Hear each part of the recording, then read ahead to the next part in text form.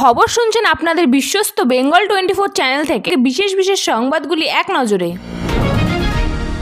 সিলিন্ডারে গ্যাসের বদলে জল, তদন্তকারীদের নজরে বালুরঘাটের ডিস্ট্রিবিউটর। মুখ্যমন্ত্রীর নির্দেশ মেনে জঙ্গিপুরে জাকির, শান্তি বজায় রাখার বার্তা বিধায়কের। গড়িয়াহাট অবরুদ্ধ, রাস্তায় শুয়ে বিক্ষোভ চাকরিহারাদের। ভিন রাজ্য থেকে কেনা ওষুধে বিশেষ নজরদারি রাজ্যের ড্রাগ কন্ট্রোলের।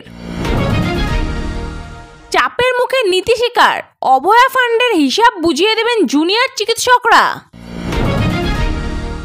আজ কলকাতায় চাকরিহারাদের মহামিছিল, শুক্রে এসএসসি ভবন অভিযান।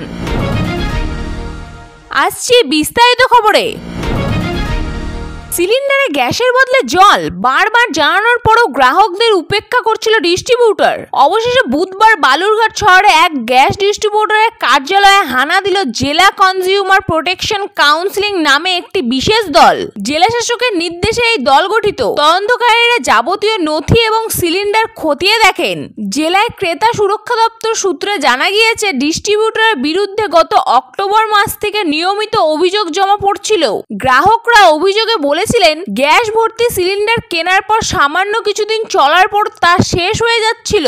এদিকে সিলিন্ডারের ভেতরে তরল কিছু রয়েছে বোঝা যাচ্ছিল। পরীক্ষা করে দেখা যায় সিলিন্ডার জলে ভর্তি। এরপর ডিস্ট্রিবিউটরের কাছে সিলিন্ডারে বদলে দেওয়ার আবেদন দিয়েছে বহু গ্রাহক, কিন্তু গত অক্টোবর থেকে বহু অভিযোগকারী গ্রাহকের সিলিন্ডার বদলে দেওয়া হয়নি বলে অভিযোগ। মুখ্যমন্ত্রীর নির্দেশের পরে এলাকায় গিয়ে স্থানীয়দের সঙ্গে বৈঠক করলেন জঙ্গিপুরের বিধায়ক জাকির হোসেন। কোনো প্রয়োজনের পা না দিয়ে শান্তি বজায় রাখার আবেদন করেছেন তিনি। জাকির জানিয়েছেন, ওয়াকফ নিয়ে আন্দোলন হবে, দল আছে, আমরা আছি।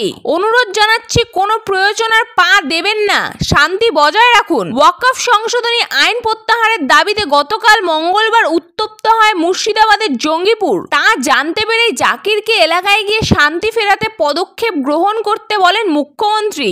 তারপর আজ বুধবার স্থানীয়দের সঙ্গে বৈঠক করেন জাকির।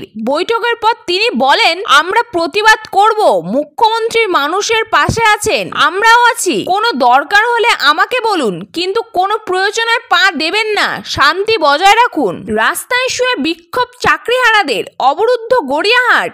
আগে সুপ্রিম কোর্টে পেটে লাথি মেরেছিল, আজ পুলিশ মন্তব্য চাকরিহারাদের। সরকারি সম্প্রীতি নষ্ট হলে পদক্ষেপ করতেই হতো।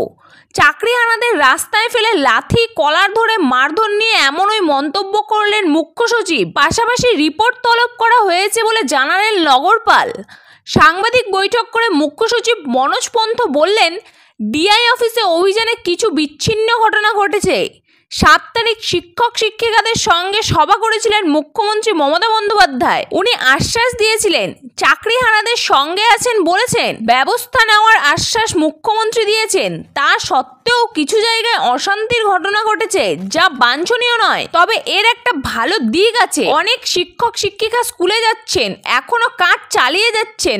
আমরা সকলকে ভরসা দিচ্ছি, সরকার ওদের সঙ্গে আছে, সব রকম সাহায্য করতে রাজ্য প্রস্তুত। ওরা যে কষ্টের মধ্যে রয়েছে আমরা সেটা বুঝতে পারছি। মানবিক দিক থেকে আমরা পদক্ষেপ করছি। আমার আবেদন, এমন কিছু করবেন না যাতে রাজ্যকে কোনো পদক্ষেপ করতে হয়। পারস্পরিক আস্থা ছাড়া সমস্যার সমাধান নয়। বিহার, উত্তরপ্রদেশ, হরিয়ানা, হিমাচল প্রদেশ, উত্তরাখণ্ড, দিল্লি, উড়িষ্যা থেকে কেনা ওষুধের ক্ষেত্রে বিশেষভাবে নজরদারি শুরু করলো রাজ্যের ড্রাগ কন্ট্রোল। খুব শীঘ্রই এই মর্মে নির্দেশিকা জারি করবে রাজ্যের ড্রাগ কন্ট্রোল। তবে তার আগে স্বাস্থ্য দপ্তরের কর্তাদের সঙ্গে আলোচনা করা হবে। বুধবার স্বাস্থ্য ভবনের দপ্তরের শীর্ষ কর্তাদের সঙ্গে দীর্ঘ আলোচনা হয়েছে। তারপরেই এই সিদ্ধান্ত। রাজ্যের ড্রাগ কন্ট্রোলের কর্তাদের অভিমত, স্রেফ ব্যাপক কমিশনের লোভে পড়ে ছোট পুঁজির ব্যবসায়ীরা জীবনদায়ী ওষুধ কিনে ডিসকাউন্ট দিয়ে কলকাতা সহ উত্তর ও দক্ষিণ 24 পরগনা, হাওড়া, হুগলি তো বটেই, কেলিয়ারি এলাকায় চুটিয়ে ব্যবসা করছে। ওইসব এলাকায় ওষুধের গুণগত মান দ্রুত চিহ্নিত করাও কঠিন। এই সুযোগ কাজে লাগাচ্ছে ভেজাল ওষুধের কারবারিরা। স্বাস্থ্য ভবনের বক্তব্য, মোটা টাকার ডিসকাউন্ট লোভে অন্য রাজ্যের অজানা ব্যবসায়ী অথবা কারখানা থেকে যেন ওষুধ না কেনা হয়।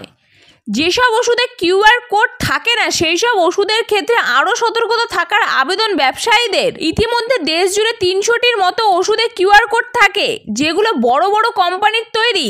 কিন্তু সমস্যা হলো এর বাইরেও অসংখ্য ওষুধ জাল হচ্ছে বলে সন্দেহ ড্রাগ কন্ট্রোলে। ভিন রাজ্যের ওষুধ বিক্রেতাদের লাইসেন্স, জিএসটিসি বিল সবকিছু আরও পুঙ্খানুপুঙ্খ খতিয়ে দেখার নির্দেশ।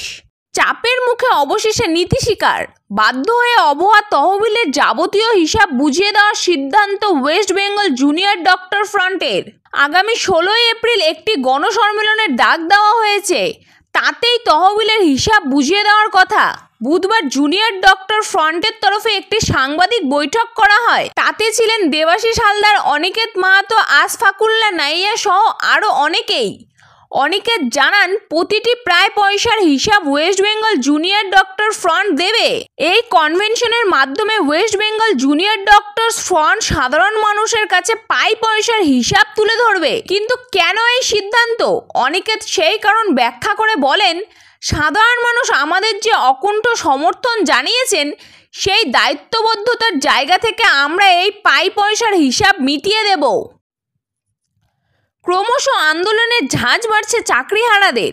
পরপর দুদিন কলকাতার রাজপথে মহামিছিলের ডাক দিয়েছেন তারা।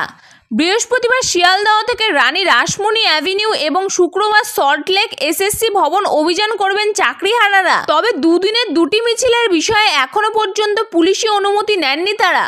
বুধবার সন্ধ্যায় শহীদ মিনারের সামনে সাংবাদিকদের মুখোমুখি হন চাকরিহারারা।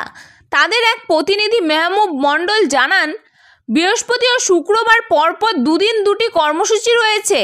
বৃহস্পতিবার বেলা 12টা নাগাদ শিয়ালদহ স্টেশনে জমায়েত, সেখান থেকে মিছিল যাবে রানী রাসমণি অ্যাভিনিউ পর্যন্ত। শুক্রবার এসএসসি ভবন অভিযান। সমাজের প্রত্যেক স্তরের মানুষকে মিছিলে পা মেলানোর আহ্বান জানিয়েছেন চাকরিহারারা। তবে কোনো রাজনৈতিক নেতৃত্বের এই মিছিলে যোগ দিক তা চাইছেন না তারা।